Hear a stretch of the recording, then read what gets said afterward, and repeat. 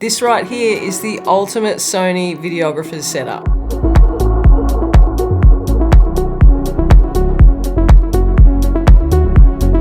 I've been shooting with this camera for over 12 months on TV commercials and client projects, and I'm going to tell you exactly why this is the perfect videographer setup. First thing is the resolution and the image quality that comes out of this camera. It is just a beautiful camera to work with. You can shoot anything with this camera and it just looks amazing. I shoot all my interviews in 4K 25, but most of my overlay is in 4K 60, and it is just so clean and so crisp. You can also do slow-mo in this camera. I don't really do that too much, but when I do, I'm always so stoked with the results as well. Being a 4K camera, it also enables you to crop in post when you're editing, especially if you're using a HD timeline. The next thing that makes this the best videographer's camera ever is the ND filters. Now, something so simple, you think, oh yeah, NDs, they're on most cameras, but this is a variable ND. So this little scroll wheel, you can just scroll up and down without having those hard stops of NDs, so you can do it during an interview if you really need to. It's also great to have the flexibility of a variable ND because you're not locked into hard stops. You can go incrementally up or down. The next amazing thing is it has two full-size XLR ports. Now, this is a standard for professional audio, so to have these integrated into the camera is fantastic. Now, a lot of people did get upset because the XLRs are built into the handle, which is obviously removable. So if you want to take the handle off and put this on a gimbal, you don't have XLR ports, but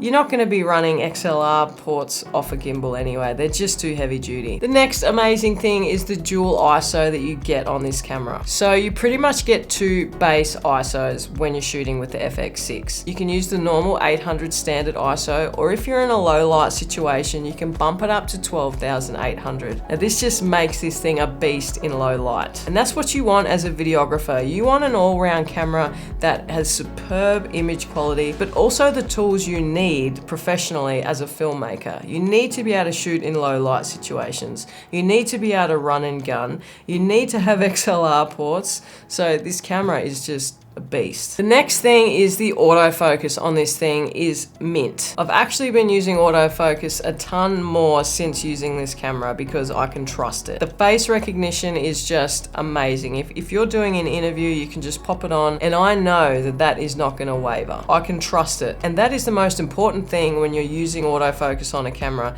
Is I never used to use autofocus because I never trusted it. You can trust the autofocus on the FX6. Kind of makes me feel bad as a cameraman using autofocus, but the technology's there, you got to use it. The next thing with this camera is high dynamic range. Now, I'm not going to get into specs or start shooting charts or anything like that. This is just real world testing. And I've tested this thing in so many different lighting situations. And to be able to pull the highlights out of the sky and get detail in the clouds every single time is just amazing. This camera is so good with dynamic range. And the best thing about it is you don't get much noise either. Now, the next thing that just makes this the best videographer's camera ever is it is so portable. I have it built up at the moment to be pretty beefy because this is our main A camera, which we use for interviews and a lot of tripod stuff. We don't really run around with this thing.